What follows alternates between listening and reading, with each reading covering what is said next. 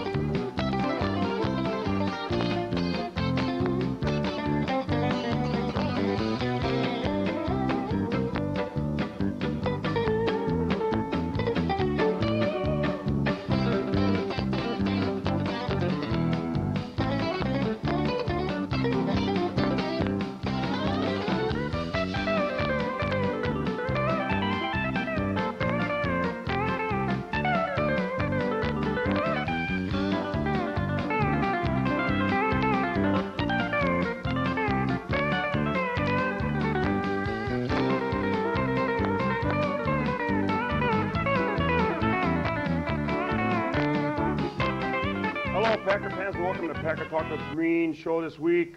This show is brought to you by Ratchendez Pizza Corner in Bowen and Merritt, Audio Plus on East Frontage Road, and Coca-Cola Bottling of Oshkosh, Wisconsin, with my special guest, Mark Lewis. Hello, buddy. US 96.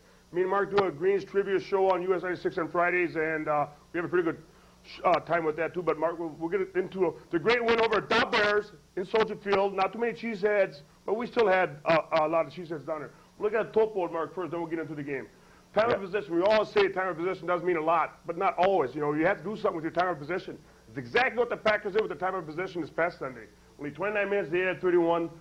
First downs, we had 21, they had 15. Total yards, we beat them by 110 yards or so.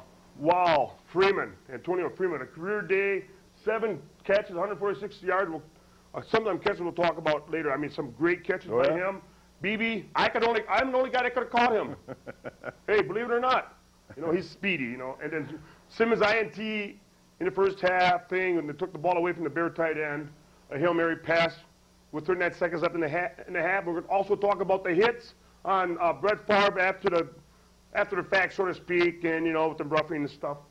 And then a great defense, a great offense. And we're 5-1 in first place, and nobody's going to catch us after this. Okay, on the other side, we'll look at the fake punt by Sauerbrunn. Maybe that's a kind of bread, Mark. I don't know. That's the best play of the game for the Bears. Brian Cox, he hollered at his teammates and stuff like this after the game and halftime and such, and he really did not do anything himself to help the Bears' cause, you know, to win. Okay, they don't have enough talent. They're hurt on their mark. They don't have enough talent in a lot of spots. David Craig from Wausau, well, really, you know, I feel sorry for the guy. You know, he's on a bad team, and unfortunately, he's not going to go anywhere. And 2 miserable field goals. And I predicted last week, remember, I said 37-6. And exactly, I hit the score right on the button. They got 2 field goals, and we scored 37 points. The Bears are 2-4, and bye-bye.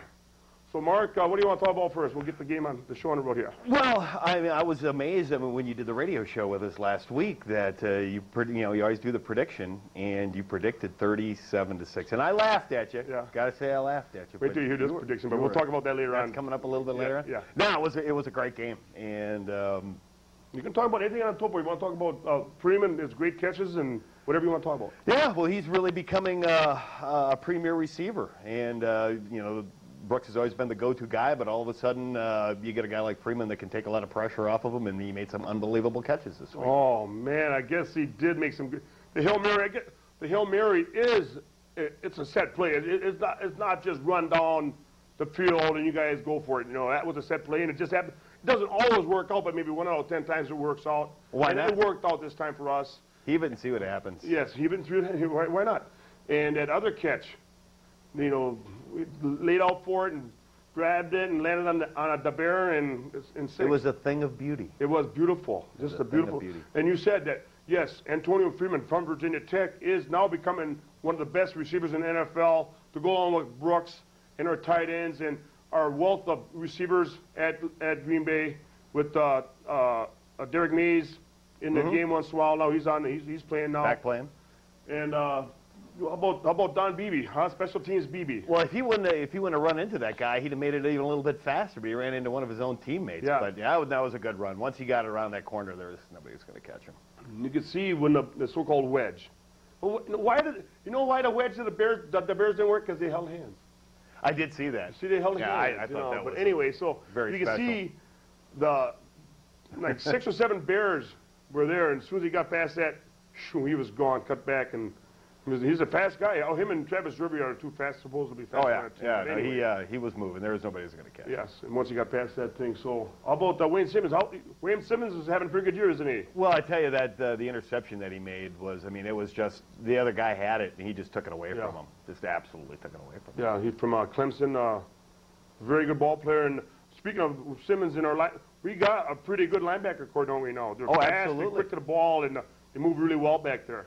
You really can't find a bad spot on the team anymore. I mean, they're pretty well balanced all the way around, offense, defense. I'm almost going to have to start agreeing with you on some of these picks you're making every Wait till you week. hear this one. I'm coming up with I this can week. only imagine. But you talked about the balance. What comes with the great defense and great offense of the Packers and special teams with Don Beebe and Desmond Howard on punts and kickoffs and stuff. But Reggie White is, whether he makes a tackle, makes a sack, or whatever he does, Reggie White is a force for the Green Bay Packers defensive line over there on that left side. Well, a lot of times you don't maybe see him making a lot of big plays every game, but what's happening is they're double, triple teaming him, which opens up everybody else to make the play. So whether he's actually making the big play or not, he's always a factor. Santana Dotson, a great acquisition we got from Tampa Bay Buccaneers.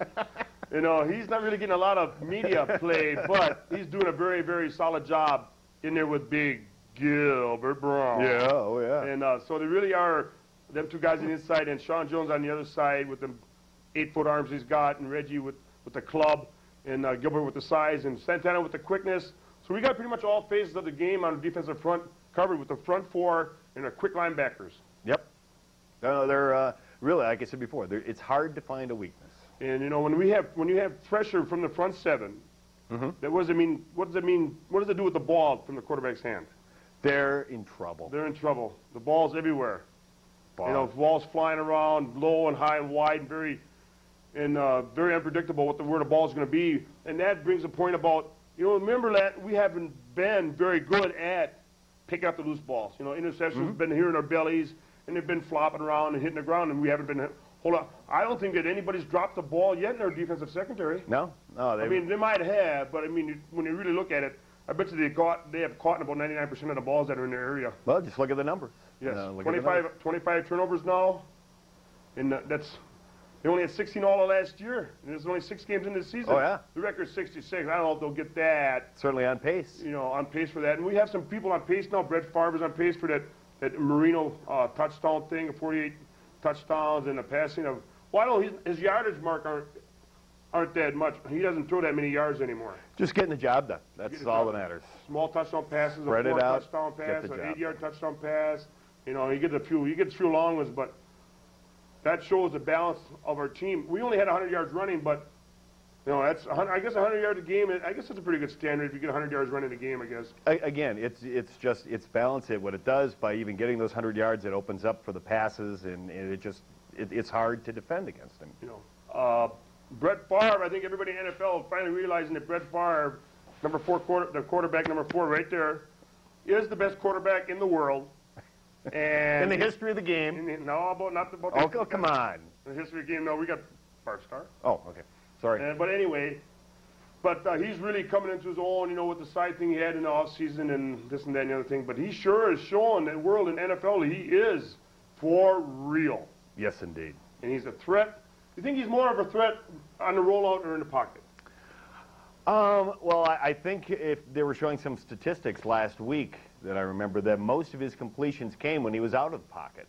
So I think probably he's a little more of a danger outside of the pocket than inside the pocket. Because that brings up a point with the protection of our offensive line. We have a very young offensive line, and they do get busted on once in a while. And Brett Favre is forced to scramble sometimes, but I think, like you said, Brett Favre is much more effective rolling out, finding receivers and and shovel passes for touchdowns. And Look at the way he got out of trouble time and time again last week. Every time it looked like they had him nailed, he comes up with a big play.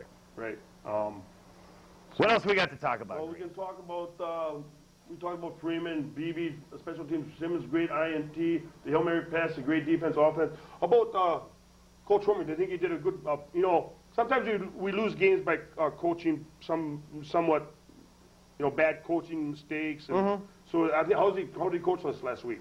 I think he, how can you argue with winning 37-6? He always, you know, says he's got to remind himself to, you know, keep doing the running play, and he sticks to his 15 plays, and it's worked. Yes. How do you argue with it? Yeah, you really can't argue with it, no. And on the other side of the ball, the Bears are in trouble, Mark. They're losers. You know, I mean, they they're really losers. are a bad team, physically, talent-wise. You know, they don't have. Maybe the Bears should start wearing cheese heads. We were in Chicago last week, right before the game, and even, I mean, they're whining even down there. It's pretty pitiful. I mean, it wasn't a pretty sight to be on Michigan Avenue in Chicago last week. No, I guess maybe they're more excited about basketball, the Bulls. Oh, I think so. I mean, it's the last. The Bears are gone. The last slim thing that they have to hold on to anymore in that town is the Bulls. Yeah. So, but anyway, we're 5-1, which is a pretty good thing. Going on 6 games, 5-1. You didn't get one of them TVs, did you? Did you order one of the Van Vrede's TVs? No, I wasn't smart enough to do Were it. you almost doing it? Did you almost think about it? No, I bought a TV from one of your sponsors before that. So. All right. But so yeah, I know them people, you know, with that Van Vrede's things, and 5-1 now. So they missed it by 1 game, and of course the Viking. So maybe they should all get it for half price. Half price. They came close. We gotta send them. Tell Van Vrede's that. We'll call them up after the show. Okay. So, but anyway, no, I have a big screen, so I didn't really do that anyway. But now we have one of the more important games in recent Lambeau Field history, with the San Francisco 49ers. I have my coming to tickets Lambeau in my pocket. And the controversy about Steve Young or Elvis is back. Who's gonna start? Yes. What's your prediction, Green? You know, Steve Young hasn't played for what, 3 weeks? Yep. So, you know, it doesn't really matter. Whoever quarterback, it doesn't matter who quarterbacks the 48ers or 49ers or 50ers or whatever you want to call it. We're going to kick their butts all over Lambeau Field turf. They might as well just stay home. They might as well just stay home in 49ers and get a good weekend off and rest and recuperate, have a couple of shish kebabs on the grill and stuff. Because they're going to come to Lambeau Field, where it's tough to beat the Packers, and I am going to make sure that we win this ball game. You'll have the brick. Oh, I will have the brick. Have the brick. But, so I don't know, they have a pretty good defense, the 49ers. No, they're a great football team. You can't take nothing away from the 49ers. Absolutely. I mean, they're a great football team, too. But the Green Bay Packers are also a very, very good football team, and we are home, and we have the Cheeseheads. We have the Green Man there, and Mark Lewis. Well, yeah, and what more do you, what more do you want? There. And we have the great defense, Reggie, and the Simmonses, and the Eugene Robinsons, and the Newsomes, and the Leroy Butler. You think we're going to see some in the stand, the jump thing this weekend again? Oh, well, absolutely. And we're going to be there with our, I don't know if I should announce this yet, but we will be there. It sounds like US 96 is going to be there at the game, and we have now created our very own Lambeau Leap Wall, and we'll be out there in the parking lot so people can come out and actually do the Lambeau Leap with us. Oh, boy. Are they going to have, what you call it, trampolines, or what do you call them, things? Oh, no, Green. For me? No. You got to get your butt up there. Oh, how high is the wall? Exactly, 7 feet tall, just like in Lambeau Field. Same padding, same everything. Put Butler to shame, buddy. Is that high enough? We'll give you the score. We'll have little cards. Okay. Green Man. But we'll be there, so make sure you come out. I will do that. You going to stop by and see us? I will plan on stopping over there and seeing the Bring me a brat. I'll be hungry. The brats. And the weather, I don't care about the weather. I don't think Packer fans worry about the weather. Well, no, you want it to be bad. Yeah. But let's have snow. Snow! You heard it. Snow. All you weathermen in Wisconsin, Sleet, 11, 5, and 2 and such, snow. Yeah. We want to be building snowmen in the parking lot before the Green game. snowmen. Green snowmen. Bring your food company. But I think that we have the makings of a Super Bowl. You know, the Super Bowl bound word is not allowed. Don't be jinxing them. And Coach, I don't want to. I still feel like Coach Holmgren, one play at a time and one game at a time.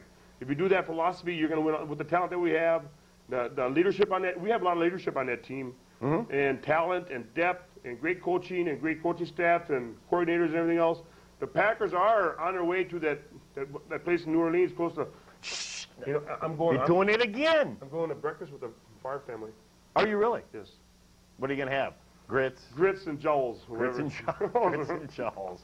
So, but anyway, Steve Young and then, you know, the 49ers lost Ricky Waters. I think they maybe should have kept Ricky Waters. You know, he was a very good running back for them. And now they have LaBelle Edwards, I think is the name. That's the guy that Simmons popped the ball out in the playoffs last year, and Newsom picked up and ran it in. So they're not as good a team as they were last year. They are not as good as a team as they have been the last couple, 3 years.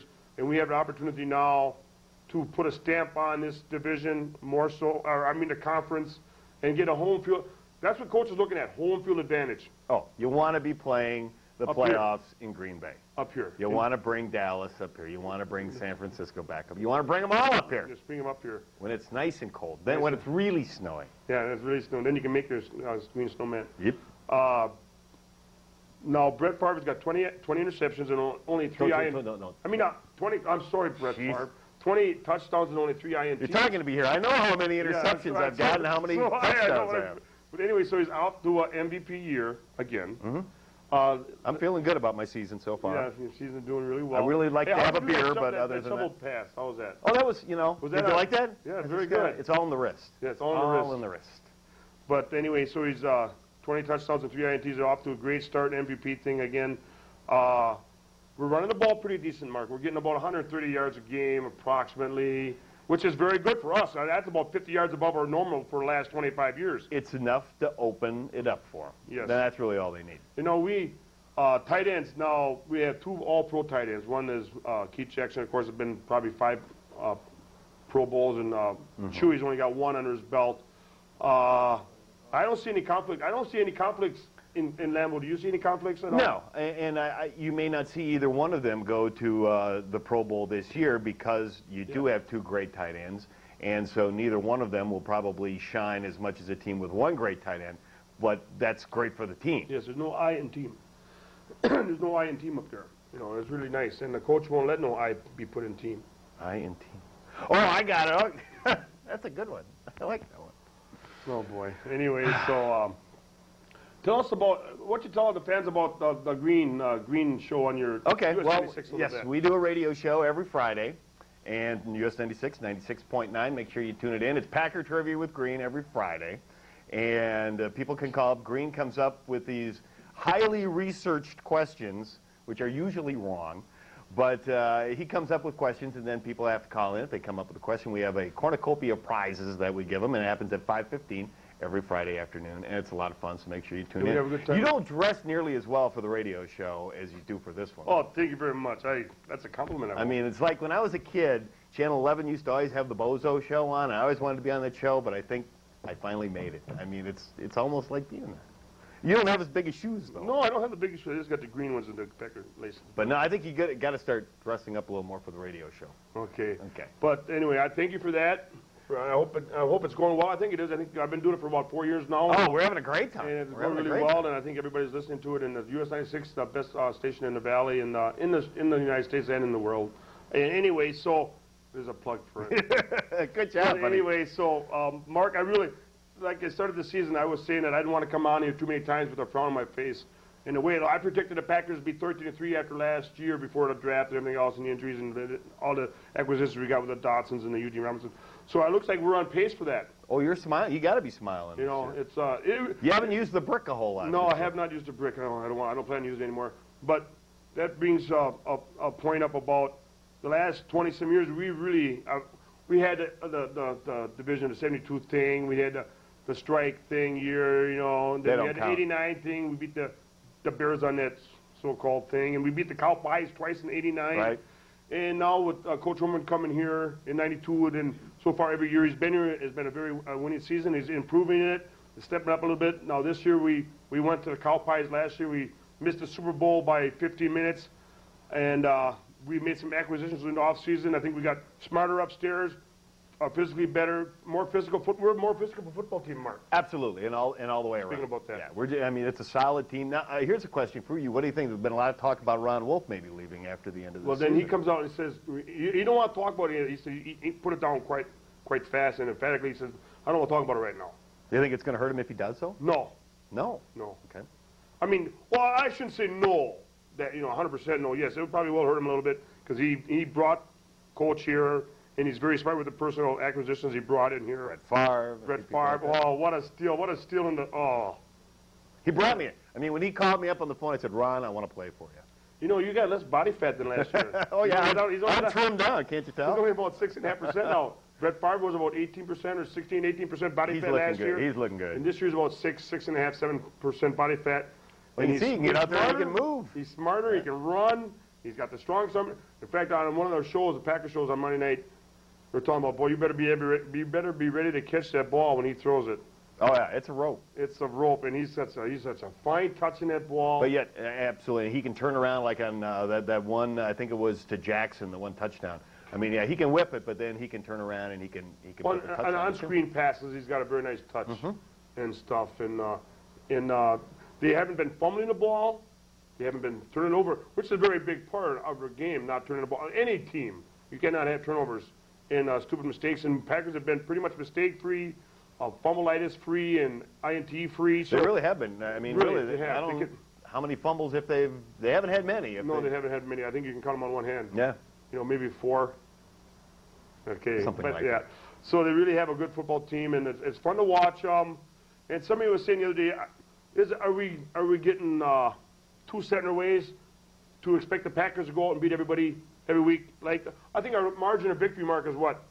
30 points, 4 touchdowns in that vicinity. So are we really getting too comfortable with that team? As soon as that happens, then all of a sudden you play the Minnesota Vikings and you get whooped. So I don't think after that they can ever look past anybody. I mean, yeah, maybe they're looking past the Seahawks a little bit, but you can't. I mean, you certainly can't, especially when you've got now you've got some games. I mean, you've got San Francisco, you've got Dallas, you've got Kansas City, Tampa Bay. They're always a threat. But watch, I mean, those are the games that you got to be careful about because those are the ones that can come back and bite you. That's why I think Coach Holmgren is doing a very good job of keeping all the heads on straight and focused. Two eyes focused ahead, one play at a time, one game at a time. Play the next game. Yes, and we're as soon as the Bear game, I mean the 49er game is over. Well, we have a bye. I shouldn't say we can't. We're the only team in the NFL that wins the bye week. Hey, you know that? We're the only team that wins the bye week. Everybody else loses their bye week. Yeah. The Bears lose twice on the bye week, and so do the Cowpies. But anyway, so. But they're losers. Yeah, they're losers anyway. But we have a bye week, and we really don't have any. Speaking of bye week, that is the time for healing and getting some injuries back and stuff. Now, speaking of injury, how about Kenny Rutgers now? Well, that was the next thing I was going to bring up. What do you think about that situation? I don't know. I mean, I'm not there to see what kind of shape he's in. I would doubt if a guy who hasn't played since last January is going to be ready to go against San Francisco. It'd be great if he was. Okay, we lost John Michaels for a little bit now. Yeah. 1 to 6 weeks sounds like. Little with a neat thing. That means Gary Brown is out there. You've got a concerned look on your face screen. Well, I'm not really worried about it because I think Coach Holmgren and his staff are smart enough to help Gary out on that side. And they have. With the running back and tight end. They've done a pretty good job of it so far. And actually, he's held his own. He had the game at Minnesota was not a good game for him. Our whole offensive line had a bad day. Absolutely. They really did not have a bad day. I mean, good day at Minnesota. I would rather see Rutgers a little bit and wait on him and have him teach that and really toward the end of the season when you get to the playoffs. That's when I'd like to have a Kenny Rutgers.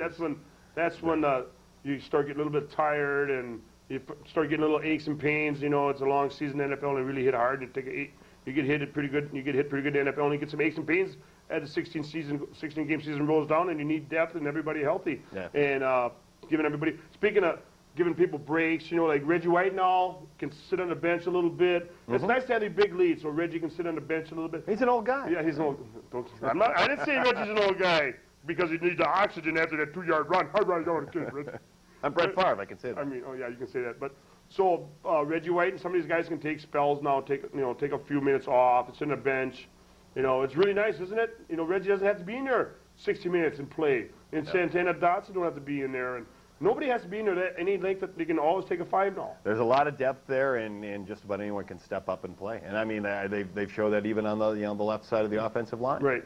And speaking of, how about Jimmy McMahon played Got Sunday to play night. a little bit against his buds. His buddies. What's the deal with this visor thing of his, though? That's goofy With looking. Darth Vader, Yeah, or whatever they want to call it. That's goofy looking. So, Get rid of that. But anyway, so yeah, he played a little bit, and well, that's the only time Jim McMahon is going to play, of course, is late in the game because we're going to have everything under control. We'll be up by 3 or 4 touchdowns and a couple minutes left. And Actually, it'd be nice to get him in there a little bit earlier, maybe, and give Brett. I mean, you're always afraid that you don't want to get the guy hurt. Just like that. That brings up about being hurt about with that Spellman at the end of the first half thing. Now, wasn't that something? No, why does it? We talked about that a while ago when you started the show about carrying over into the second half thing, but that. You can hit a guy like that, nothing's going to be done, huh? Yeah, I mean, he popped it. And as far as I'm concerned, Brett Favre is the most important person on that team.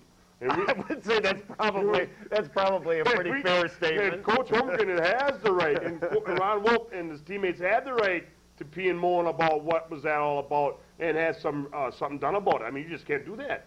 Fine him. Fine him, but that ain't it. Fine him. What these guys got money. The fine, the suspension, I think would. Oh, kick him out for a while? We'll kick him out for a while. I mean, at least he didn't spit on him. No, he didn't spit on him. That's no. another whole story. But speaking of spit on that. No, I don't know why there wasn't a penalty assessed in the second half. I have no idea. Yeah. I think there was supposed to be, wasn't there? No, they said no. They said no. The rule says no. Oh. Doesn't carry over. But Well, then you should be able to go out and just clock somebody that's in the what I'm last saying. play of the game. Okay, we got a couple minutes. I guess we're going to talk about predictions for this week. Monday night game, the second Monday night game at Lambeau Field. You're going to be there, and I'm going to be there. Yep. And 60,000 teams are going to be there. And we're going to come away with a very big win. And but you go ahead, you tell me what your score is. Wait till you hear my score. Oh, I can about imagine. I know what you do every week. I would say the Packers. I'll say the Packers will win, but it's. I would hope you'd say the Packers will win. But you're right. It's going to be a 24-17 ball game. Why you be so close? You could have us biting our nails right to the end. Huh? 24-17. Well, I'm making book on this one. Well, So make no, it- I'm just kidding. But, hey, So what do you think? hey, the way to we're home. Okay, we're home. We got the best #1 defense in the NFL, the #1 rated quarterback in the NFL. We're running the ball very well. We're healthy, except for a couple of nicks and bruises we got. The Chiefs has to be there. I'll be there, and everybody will be involved, enthused, and making a lot of noise. We are going to beat the San Francisco 49ers. Hold on to your seats. I'm ready. 34-3. They're not going to score a touchdown. They're not going to score a touchdown. They're going to have a lousy field goal. That's all they're going to do. They're going to pound Rice at the line. They're not going to run against us. We're going to beat them up physically. We're going to beat them 34-3 at Lambeau. We'll be 6-1. Going into the bye week. You got to fire up a little bit. You're just Oh, I'm laid re- back for this show. I'm really ready to go into this game and have a real good time and beat the 49ers and put a stamp on the NFC. I think Minnesota and the Bears, and you're going to both and the Lions are all going to lose this week. And we're going to get a game up on the Vikings. And, well, the Vikings got to come up here anyway, end of the season, but we're going to take control of the division and the conference today. I mean, this weekend. We're going to show the NFL that we are the best in the world, and we're going to do it. Mark. I agree. I don't know if it's going to be, but then again, last week you said 37-6, and it was 37. You know, I know that stadium up there. I know that crowd. I know my team, and I know the enthusiasm is going to boil over from the fans into the from the field into the. From the fans into the field, and it's going to be raucous. It's probably going to be the most fun game in the last 20 years to go to see at Lambeau Field. It's going to be very good. Now, the Monday night people will be there, and we showed them at the Philadelphia game what kind of team we got. Now we got a very good team coming into Green Bay, but we're a lot better. Okay, so I guess we have a wrap. P-A-C-K-E-R-S. Thank you, Mark Lewis. No problem. We'll see you Friday. And I listen to the radio show on US 96. Thanks to all my sponsors, and Go Pack Go, and big win, 6-1. Thank you very much. Okay, get it done, Green Bay. Yeah, get it done, Green Bay. You got to settle down, Green.